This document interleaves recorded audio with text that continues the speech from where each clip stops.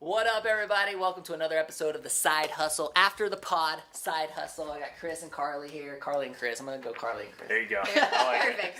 So go check out their episode of the podcast. It was phenomenal. Thank you guys so much for being here. For sure. I have a handful of questions that we did not get to on the podcast, so I'm going to ask them to you guys now. Let's do it. I saw in a recent newsletter that you guys are building a Facebook group for your members. Yes.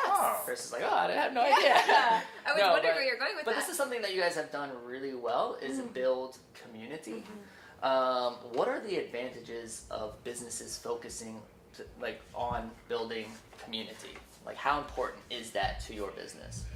So they come for the product, but they stay for the community. Yeah. So I think for Eat the 80 or B3 Gym, right, because we've already done it there, they came in because they wanted to lose weight, but they stayed because they loved the people there and how they made them feel. So it just helps people stay in your doors and keep them fulfilled when they're there. Because at the end of the day, you can only chase a weight loss goal for so long, or a meal delivery company only stays shiny for so long. But when you've got this tribe of incredible people cheering you on and building those relationships, that doesn't get old. That's what keeps you around. That goes on outside of For sure. Yeah, just working out. exactly. And humans are social creatures. They want to connect with other humans. Yeah. And so we're just given an opportunity to do that around something that they already love. And at the end of the day, I mean, we run incredibly transparent businesses, and what's more transparent than allowing your customers to literally talk to each other and voice their concerns and opinions, and it just becomes something bigger than what you created, which is our intention. So Yeah. Excellent.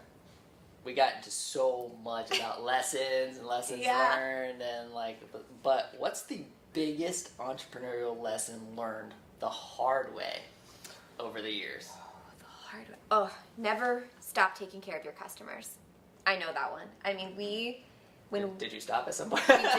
we did. It sucks to say, but when we were scaling and thinking about national growth, we stopped thinking about our local clientele for even just a second. And it sounds shitty because it was. We were so focused on the big picture. Well, And we lost sight of the people that helped us get where we are. And for even just a minute, we didn't communicate with them and take extra good care of them in the transition. And it screwed a lot of people over, and it hurt us hard. And we had to tuck our tails, call all 150 people, make sure that they understood that that was not our intention, and we sucked, and we tried to make it right. yeah. So never stop taking care of your customers. They're all you have, and your staff.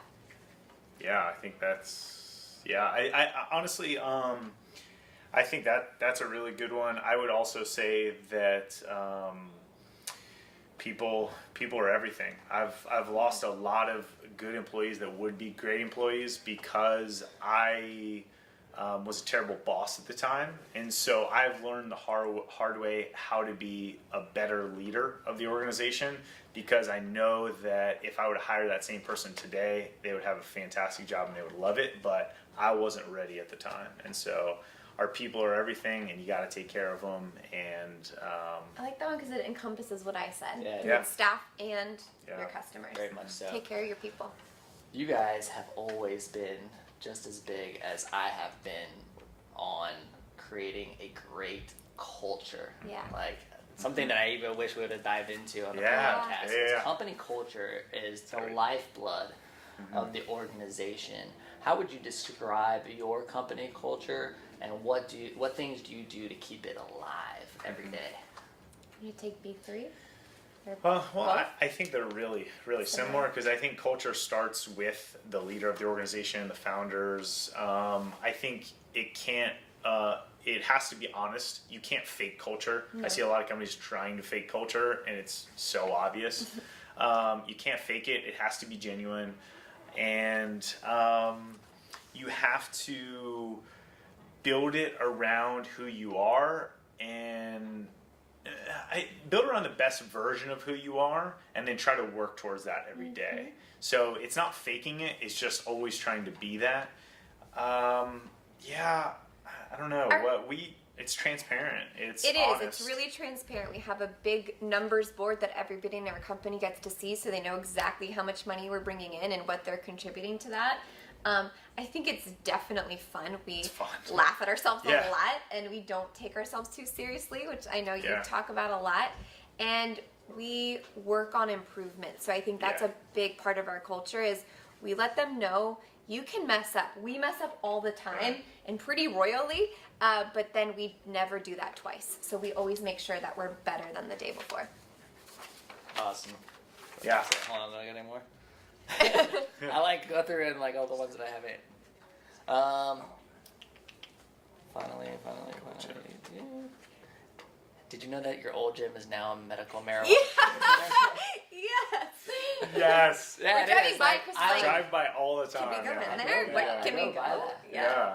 I went by there yesterday, actually going to Curia. Yeah. So I'm like, oh, there's the Body Body by by Boys Boys. old school gym. Body It's by repainted and it's Weed. now a marijuana medical treatment center. Yep. No hate. Things Yeah. have come a long way. Yeah, Yeah, sure has. seriously. I think if anybody's gonna go in there, I'm pretty okay with that. At least Yeah. it's not like a donut shop now. That would Well, feel a that'd be little weird. Yeah. You guys, We'd probably go.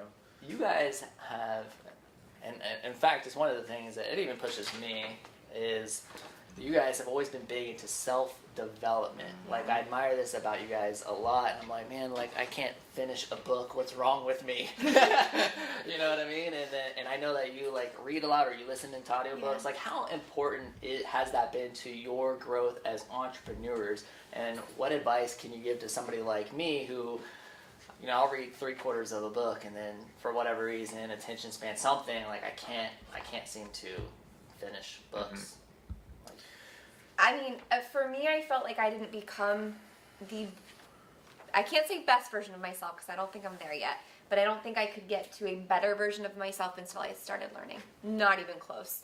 I resisted it for a while, and I don't even know why. Probably some sort of internal weird thing that I had going on, but once I started learning, and for me, it's all audible. I very rarely sit down with an actual physical book, and once I started doing that, podcasts and Audible, it was a game changer. My best ideas came from that, my inspiration, hearing other people doing similar things. I mean, it was night and day for me. And I was stuck, I think, for a long time, and still I started learning consistently. Yeah, I think I kind of have an advantage because I come from like background as a trainer and physical trainer, and when it comes to developing your body, it takes years.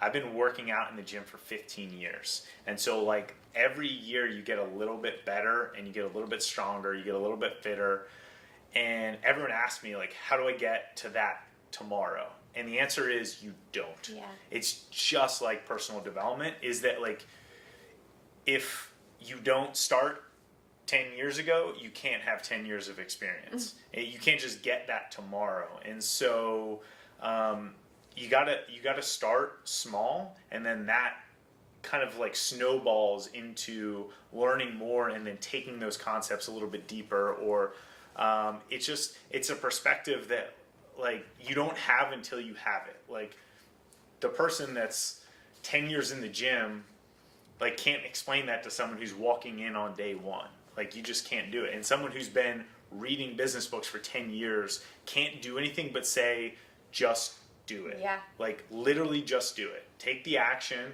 and then you'll figure it out like 10 years later. And I would say we have a little bit of different style in that you listen to a lot of things at once, and I stick with one thing until I feel like it doesn't serve me anymore. And that's kind of speaks to both of our styles also. He can digest and take in a lot of information at once. I can't. So I'm listening to one podcast right now religiously every morning, and when I feel like that hasn't served me, I'll move on to the next thing. Yeah, probably something I was reading or listening to, talked about turning your car into like a university on wheels, basically. Yeah. And so I stopped listening to music and I turned on podcasts instead, and then it was Audibles. And like that's how I just consumed, my free time. Instead of watching TV, it was reading a book. And I think that it reframes where your head is at. And so like going into going into work, like listening to someone talk about like a problem that they solved and like this is how they addressed it, or like how they dealt with this employee in this situation, like it opens up your mind to thinking as opposed to just like shutting it off and then like thinking you're just going to turn it on and be 100% when you get in there. It just starts like getting the creative juices flowing and gets your mind working. And so as I'm listening to it, I'm often like thinking about how I'm applying it in my own life. And then when it happens, it just feels second nature. It's like, oh, I've already done this because I listened to it. Yeah. So It's funny, like you're talking about like free time is now driving. oh, that's it. That's Like when you literally go it. from like location to Yeah. location, like Yeah. free time is Yeah. driving in Yeah. the car. Like that's what I Life. consume my Right. content Yeah. is in the car. And if you have kids and you can't even do that, I do mine in the morning when I'm getting ready. That's my quiet time. And so, well, it's not technically quiet if I'm listening to something, but it's the least stressful part of my Yeah. day. It's like before the day has started. Calming, like Yeah, But I would say it's the same thing as exercise. Like just do it. I can tell you about all the benefits and everything we've taken from it, but you won't know until you do it. Yeah. So just Agreed. do it every day, and then you can be up here telling someone else to just do it when they're there. So excellent. Final question. This one actually comes from Ty. It was one that we didn't get to. Favorite social media personality or business that you look up to, follow? Collin Austin. Besides Sucker. Collin Austin. Yeah. Oh, I've got a couple. Go for it. So for marketing, right now I'm obsessed with Donald Miller and Building a Story Brand podcast. Wade Zweikel actually introduced me to that one, but I've followed them religiously since. It's the only marketing content I've read. Like, I get it, and it made sense in my head. So I've devoured their content. I mean, every single day, that's what I start my morning with is their podcast. And for me, or like a personal brand, I really love Jenna Kutcher. She is a photographer turned personal brand, and she's so transparent. She makes it feel like you can just be yourself and become a bigger thing, just being authentic. And I think so many people put on a fake face and think you have to be a certain way, but she is truly who she is, and she shows you that all day on her 100%. Authenticity radiates so much. Yeah. I listen to a lot of authors. I would say with personalities and podcasts, one I've really resonated with is the Order of Man podcast by Ryan Michler.